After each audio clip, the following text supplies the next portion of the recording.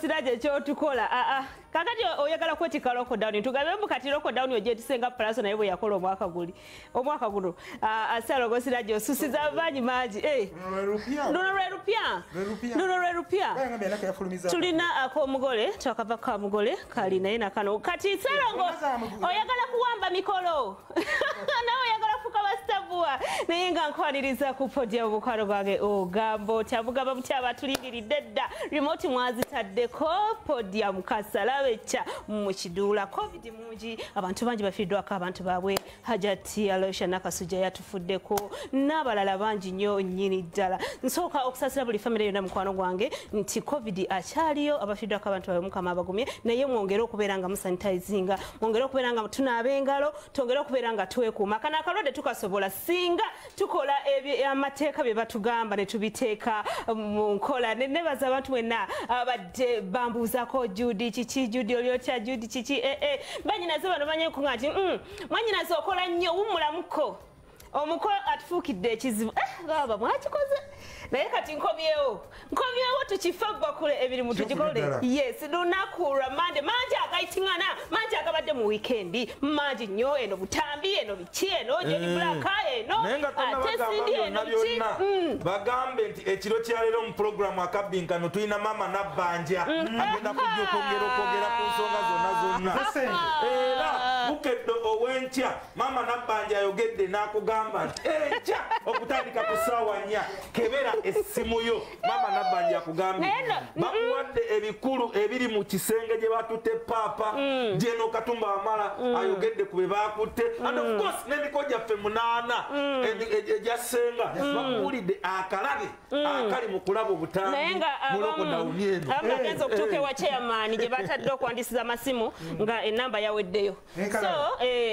basazeewo bajasoka muvinga nabo bayorganize era onako olwenkya okusinzira byempuliddeko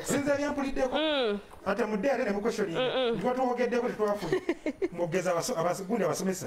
mwenge gye organize bayinza okuba benkya bafunirawo naye ze namba eno bano abaana abakyenonya nga tebeeraba namba gye babadde batutte wa chairman kuba abamu bagenze tuukayo ku byalo byabwe ngaga batusabye abantu 100 ala 200 naye baweddeyo dda tetulowooza nange waffe tetunnabalaojja kuyiga banyinaze muddeeyo omukulu omuntu akusubiza emitwalo 12 n'atwala just naku 3 n'onyiga n'ovuma oyo mama Nabbanja naye nga muwanyi mama Nabbanja nga mumuyise mannya mama Nabbanja zafusiza bbanja erinnya oliwulira ligwayo chairman waffeeyo mu butuufu nze sinaba kutegeera ebigenda mu maaso kale katugume kasenkyali wano tugenda kuba nga tumusoya ebibuuzo ekiro kyaleero mukabinkano ngenda kulinda maama mukulu eka ngenda kudda leeti kaninde mama Nabbanja osekaki kikyawe ekisesa oba ovuddeyo nga tokoze byaleero Nina Rozi tumunoyoza tebinnago manya ebintu by'obufumbo bino okutusirula omusajja n'omutwala ewammwe kiba kiraga akabonero nti oli serious ogenze kufumba so oba obutakkaanya abazadde bavaayo n'abantu abali ku mukolo ne beebuuza byagenda bitya Nina Rozi eyawukana ne Daddy Andre obutakkaanya bw'abawo kati Nina Rozi ayogera ku nsonga biki ebyabalemesa kubanga obufumbo buno tulayira wano ngenda kufumba myaka na myaka sirino ba biki biba bingi nnyo naye wotuuka ebintu nabiraba tebitambula nga we wali osuubira bagenda bazadde Nina Rozi bagenda wani nze nabange ali firimu yaabwe just bagenda mu bazadde natwala ebintu wali omukolo gwali wano ekibuli kakati ate twebuuza Nina Rozi alina yaani temuŋŋamba nti ne Jasmine ne Waikibenda firimu eyo firimu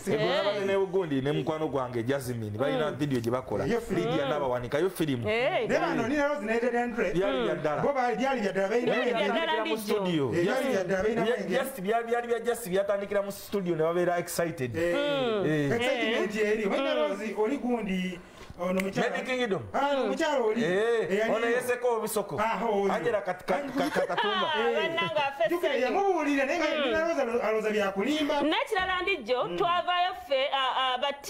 abantu abamu ne bakuba ttooki mu mukwano gwabwe nzijukira bulungi mwe mwali ne Kasuku yakuba ttooki bulungi nnyo n'atuwa ebintu bino gye bigenda okuggwera naye wallahi tutunulira ebintu bino ensonga za Narozi njagala kibe kyakuyigirako kyamaanyi eri ba celebrities oba abayimbi n'abalala bagwa mu kiti ekyo nti oba n'ekintu vaayo mu bulambulukufu walaga nti nyimiridde wano ekituufu kiri Narozi yafuna obuzibu n'ederi Andre n'olwobutaagala nnyo n'abantu obutaagala nnyo nga balowooza nti bajja kikwongera kifunamu kakati ne babuzaabuza tetunabatulyawo naye nga bafuna obutakkaanye wa siriyasi bayawukana nange ensonga zaali zivaako bagamba dadi Andre alina olugono ayagala okugunjula talina lugono dadi Andre teyewumuza just ne kapo enyininyini ziragira nga eyinza obutawakinga out kakati tugambe nti Narozi bwe bamubuuzanga alaga nti tuli fayini ng'ebituufu abisirikira abayimbi bano laba waisala nti twakabalinga nnyo kamiliyoni oyo nga kamiliyoni wakola sitanti amawulire amatuufu naga gali matuufu ng'oyinza obutagaawula kati tugamba nti lumu ajja kufuna obuzibu tuuze nti atakola ki sitanti kakati ne Narozi atuuse okufuna obuzibu obutuufu okwawukana ne Andre bagamba sitanti because batukipingira mu sitanti eri eyasooka ne batuvayo ne baperformingako n'awantu awamu ne batukakasa nti bali bulungi naye owulira emboozi ya Narozi eya leero ekulagira ddala nti mu butuufu balina obutakkaanya teyakomyawo tiko eri producer adede Andre era abadde producing ennyimba za Narozi ennaku zino ne kuno yamuviza out mu studio n'agenda ewa Nisimu ng'agamba ebiyeno mbikooye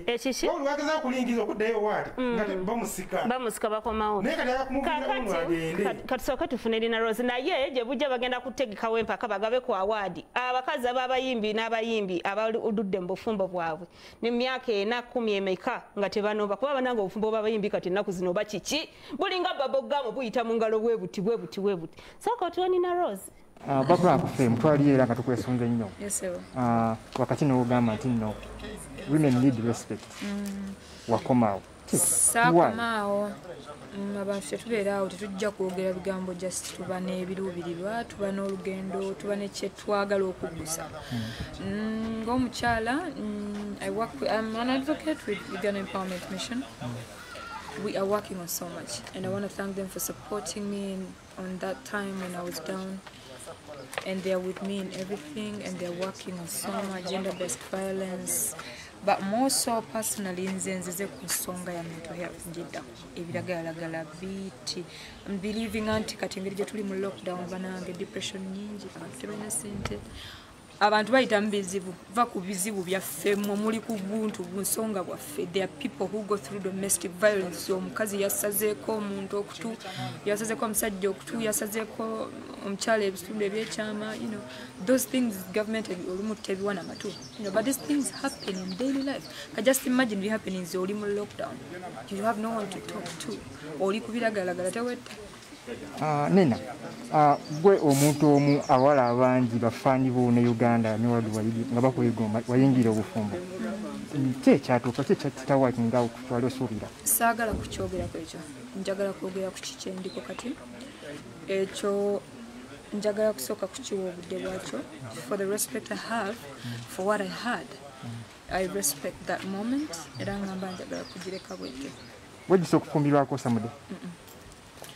Fenna tuyita mu bintu, we choose okuvaayo tutya n'obusungu na bukambwe.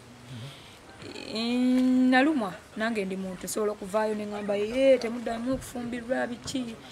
No, si bwe tubonakozebwa. Nina byenjizeyo ebirungi byebimaking obeera humble, byebimaking of standing strong again in a family and not give up on love and not talk bad about love or person I've been with, because we are all who we are because of circumstances we go through in life. So ketukitunulire nga tonna judginga Daddy Andre okubeera kyali. You look at how he has grown up, who experiences he had in life, you know. No time judging nze wenti wembe kyovula so akudown judging omuntu mulamu ne bwonvu mangamba okay nzo okuba mnaye wasuze enjala obusungu bwange bwawumalira kunze. I wish the world could be like that, but well, si bwe kiri. Omisenga time eyo wali okonenda Daddy Andre? Sagala kwogera ku nsonga enzo. With all due respect, maaso ga kamera yo, that is a very sensitive thing. Sagala tukyogereko. Okay. Yo Nina Rose naye mu byonna omanyi abantu batunulira ne bajajinga Nina Rose ne Daddy Andre yali tanamufuna ngalabika bwati bichi abantu babagambye wadde ovuddeyo naye Daddy Andre mbuye yaleeteyo ngombo n'olabika obulungi n'ogejja n'okola ki n'onyirira mulaafu batugamba nti olubuto netululindidde twasala ekigambo ku lubuto naye maama kyatutuulamu wadde ekibiina ekirungi kibaawo naye ekirungi kyogerweko Nina Rose agenza okwawukana ne Daddy Andre bannange nga si oli Nina gwe twali tumanyi nga Nina akyuse nga Nina alabika bulungi era balukoledde wa Simba avuddeyo wa Daddy Andre njagala mugumye oyo tugenda muvako Nina Rose ekikazi ekijamaika ekiri mu Uganda ekigezako kubanga kifujjirira Daddy Andre wekinaddayo ogenda kuddayo mu mukwano naye ngero anamukiba obaba bukyali bufumbo Daddy Andre afune nekimusengula ne bali basula amaka bwe nekimutwala mpaka najeera baibewe bangi we bati munnaye nga bawukana nagana mbivuddemu enkanda bamukiba oyo mukazi ali awo simanyi Uganda nsimanyi Jamaica kakati Shakira yali kuki kuba bajjambuya yagala oli Shakira ono mbadde manyi obuuza Shakira ngamba Shakira omuyimbi waffe oli maneja omuyimbi oyo Shakira mwali mugwanga akasamanya ali kuno agenda kubalaba omuyimbi tomuwaana omuyimbi alina lwaki kakasayima okuwaana omuyimbi amayisa ima ku nsonga ezimu kumakyokera ni mulodi ye manager akawungezi musase mwanga oba oliawo simanyi dayasi kale ne manager omukufu yangu ekibuuzo eki bakikuleetera bugamba nti pass kubuuzizaako hajja ati baba Isaac ogamba otya mukwano kakati ebintu bingi ebitambula ensonga z'obutambi zazzemu bannange oba ate tukole tutya simanyi twali tuli awo ne baleeta akadayana abamu bagamba si Dayana abalala Dayana tabadde kangende wasayimu kankisindike wasayimu alaba bukedde TV1 saawa eno akakomo Dayana n'abatanzi kayambadde ku mukono ogwo ne mukatambi akakomo mwekazi era yampozi nga yakagyeko mu episode eno naye saawa eno nkimanyi akakomo akambalako ne muli kaalimu ne Lwasa yatutegeeza nti ye mutuufu era Lwasa yenga yeyita looya w'abantu omuwulira nayozezayozeza Kenzo n'amugamba mwadde tamani event tamani kiki akola omukolo mutuufu eno pulintira naye yavayo n'atutangaza ki Lwasa ndi Simon yavayo n'agamba ki ku nsonga za Dayana Lwasa yakasanyukiramu naye ebyo byakiweewe Lwasa byakiweewe mukwano gwange naye ndowooza nti nja kwogerako naye ebintu byanda batanzania wadde kati andi kukola ki abireke bipasinge omuntu alina sente ayagale mukyala we mulungi mugambe Lwasa ffe tetulina sente naye batumenye emitima banene bagenda wali yali mutuufu mu kusooka yali mutuufu agera ku Dayana kubanga yali ageza okujja ekyalina ku mutima kati yakipasinga omugagga Lwasa okudduka ne basigala nga beefuula nti basaba baagala Katonda naye nga yakubba ogambo ono kati asabira omugagga Lwasa mukwano gwange kyokya kiri kimu ebyana batanze oddemu kubuuza gamba nti paasi saagala kwogera ku Lwasa kuba nyiza okukozesa olulimi olubi kuba ndi mukyala bwe ndaba ekituuka ku mukyala munnange mba mpisiba nnyo naye namwe mutulekeeko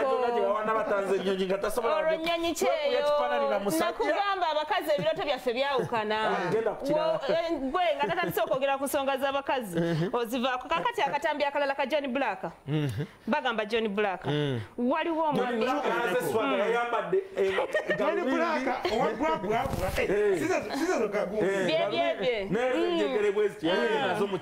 naye nga John Black kuba aliwo omwami atambula bambi ayitinga naavuddeyo akaaba n'amaziga anoonya Father Lukondo amuyambe ono John Black nga waliwo omulala omuvubuka gwe akatambi kali eri oyagala kundaga yabadde afaananira ddala gundi mukatambi ako oketegereza omanyi ono omwana gwe balumiriza okuga nti eyabadde mukatambi mu industry eno tuyina abantu abaagala okufaanana abantu oba bayita amageege nereeseeguya agakozeeko ku majangala abasinga bazze tebaagala mageege ago olw'ensonga ezimu rediyo yasanganga Mukama Katonda mu ekimuli ekyemirembe yasanganga eriyo nga kataamutte kamiliyoni ku kireeva gye kamiliyoni ku bitone byonna byonna jostede yageza nagezaako nnyo okwesembereza omuvubuka mufaanana omuvubuka n'azala mu bayaya n'akola byonna nendabula ku John Black oyo ne mugamba omuvubuka akufaanana oyo alina ebikola byakola ku lw'amannya go ebijja okusuula mu ki mu bulabe. John Black akatambi kasooka kafulumaako nga John Black yakimanyi si yeye tekimuluma ku mutima n'atandika okusooka okuyisaawo oluyimba lwe kyanzi kiki nga postinga until we namugambye John Black ebintu ebyo olina audience ey'abaana eyaki gy'ozimbye tewali muzadde oba ssomero headmaster agenda kwongera ku associatinga naawe olw'akatambi ako ne mugamba Shiba muyimbi mulungi asobola okuyimba emikolo asobola okuyimba ku baana b'amasomero naye aba headmaster n'abazadde abafumbirwa tasobola kumuleeta ku mukolo nga kati Simon John Black twagala tumanye mutuufu kyali mu katambi John Black afuddeyo n'akutegeeza era oyo omuvubuka balikukwata ono omuvubuka ono bamuyita visa vibes amanya gamatuufu ye Ibrahim mutomi naye musoga myaka 26 wekanyanya wali eyo kakati wakati mukuwa John Black nga bagamba yali mu katambi mbu tiimu John Black era nze posting efaana ebyani byono visa vibes nga balaga nti si John Black yono jukira bombi ofaanagana kati nono avuddeyo agambye nti ayagala Father Lukodo amuyambe ensonga lwe kitekinga on bamuwayiriza si yeye bakozesa abakugu banoonye bazuule wabanga si yeye ayagala tiimu John Black emuliyirire omuvubuka yagenda kukwatibwa olunaku olw'enkya kubanga omuwala gwe yali naye mu katambi kennyininyini katusooka tufune ono omuvubuka Tidi tikaidi kuwaire era tinizo yalimu sinzali mutaata era Tidi naku kigemagana kuko completely era nsaba nga government eveyo ni Father Lukodo aveyo bwe kiba kisoboka tujje mu mateeka akatambi ako bakate mu byuma aye bwe kizuula nga tinize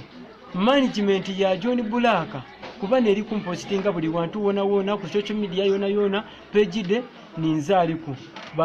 babenga at least bandiririra ku kyekiriwo saa buti kuba akaina kanga akatona akaliwo kona kako bakaise baba yo mumanyi John Black mulaba kugundi erinya ndimanyi kiti John Black ne ku TV mulaba enyimba de ati mubonanga ku maiso face to face mulabangako era nkakasa ni mwene ye nabo nikatambonanga ku face to face kyogamba akatambi akagenda ku social media sikako tini nze tikaidi na kusikange sikange nze ndi musajja muzaire ndina abaana ate nkazaala baba ni family yange mama wange muwaine kitibwa n'edini lyange lyendikiririzaamu eyo libayizambi mbatisobola kola kintu ng'ekyo baba ayo bakwa saa butembera gye ndi muti nungi saa buti okuva bwe batandise okuntiisatiisa wabo bene bali kunkoba mbu bajja kumpamba bante mu motoka mbu bambuze mu drone mbu bwe mbasikiriza nti nze yabadde mwaka akatambi kati babanga abanfuusi nga waliwo abantu bakubye dda amasimu nejjo nga baŋŋamba bwolina okukkiriza mbu gwali mwaka akatambi biggwe mangu koze nzikiza ekintu kyentaidiivu era bwe tuzuula nga tininze andiyirire tujje mu mateeka tugende mu mateeka bwe kizuuka andiyirire kuba buno obutambi basobola obuteeka mu byuma bya busikaninga babutola kuba jeni oba babukola batya nchidi gavumenti esobola okukola ekintu ekyo kyonna nze nsaba gavumenti njikowoola egyetaasa obulamu bwange ndi mu matiga ku lw'embeera eno gye ndimu egyetaasa obulamu bwange ne bannamateeka bonna n'abakulu bonna n'indasitule ya music abayimbi abakulu taata baganda bange mwena nze mbakaabirira ndi mwana muto gye muli I do respect you wekyegeera people look alike kakati omuvubuka ono ebintu bibuzaabuza John Black alina baganda be yayawukana nabo ndijjo waliwo oli atanjagala waliwo oli oba batwagala bate batwagala be bamanyi kasita batwagala gye bali be balina mata mu sekati naye nga ekituufu ekibi kirina okwogerwako n'ekituufu kirina okwogerwako abayimbi bangi abazi bafulumizibwa ebintu ebyo Sindi yavaayo ebintu bye ne bifuluma singa teyali Sindi kifaananyi bandigambye nti ki abayimbi bakola ebintu bingi nnyo nga baagala okuvaayo Nezari yavaayo bangi ababaddewo ebimu Soko lindeko abayimbi bangi ndijo bakola ebintu bino nga baagala okuvayo oba tebabirabanga oba eki no kubanga ebintu bino bigenda okujja ndijo oba Simon biba byadda tosobola kamukolera ani nze Judith Kaweesi muwala wa Nakagwa oli muganda nnyo era tokola abantu bagenda bavuga kemoto tekisoboka Allah hawla la tekisoboka leka nawe wazali kutoka mukolera olaba zali yakola Diamond yakwereka wakanyi Judi chobola kuvuga nyezo zikaundo zenkadde it is okay kansigale mu bafala bwange kamukolera ka video tekijja kusoboka tekisoboka analidde myaka 10 so kati omwana ono badde njagala twogere ku mwana ono ene obudde bututwala naye omwana ono yambiddwa atya what if nti Bad Black yennyini kwa abantu bagamba omutwe sigwo ono omutwe gwa Bad Black simanyi gwa John Black omwana ono wabanga asiyeye ayambiddwa atya kuba n'amawulire gamukomerera kati akatambika nabasinga bakavumirira wakalimu gwe baga nti ali puwa adijo katuve katambi tunabira mu bukedde w'enkya tudde ku nsonga za balabu mbadde siriiwo nenda banga balonze Kamiri ng'afunye wa president sipidi Kamiri gyatambulira selekita William n'avaayo n'amulagula mbolaba bwa meeya bwagaana nawano tajja kuweza myezi 3 ne tusirika kakati balamu avuddeyo n'atugamba ye president w'abayimbi amanyi omusindi era sindi mu kaseera kati yagendagenda sinkane president kakati nenebuuza ani yaani ku bayimbi pressure Kamiri gyanadde ku basindi nze nkubula kati kakuli okuva wiiki ewedde ku lwokusatu abawuma balina okutuuza press conference nakati basibe bagyongezaayo nene badde ina okubeera ne bagyongezaayo ku lwokubiri ne balukubeera kati n'olwokubiri bagyongezaayo ku lwokusatu kati ekiriwo kyenzudde baagala okuvaayo okwogera ku nsonga za Kamiliyoni naye ng'amaze okumwetooloola n'okumanya bayimiridde batya waliwo enteekateeka amanyi balamu tasirikira bintu balamu agamba nti olwadde appointment ya senior sinkana president yawedde dda kati baagala kibajjawa president basinzireoko kakati ani ne Jude bujanga Kamiliyoni mumwefunza bwe muti kuluna abayina walabye ali namakula nga apapala okugamba nti agenda kwogera ne Kamiliyoni waliwo ssente obukadde kumpi akawumbi kamu ak'ekivvulu buli mwezi abayimbi 20 okubanga babawa show performinga ku online mama alima namakula yakikulira abayimbi bonna abanene boolaba abasinga bali waani wa Kamiri woyinza okugamba nti okole ki obuwumbi 3 n'omusobya obujja Kamiri tayinza kutuula mabbali bano bafiina mukero ya bigi ayi bazigabe anga ye munene ekikulu kiri nti Kamiri balina omuteeka ku ttebo oba kumuje bamugambe buwumbi 3 olinako 5 anyway katusooka tufune Kamiliyoni katusooka tufune bala musole abayimbi nabo bambi basajja batu ne bakyala batu bayite mu mukama waabwe yesindi gwe tumanyi ate Kamiliyoni yavuddeyo na Uganda Musician Association ekulemberwa mukyala Sindi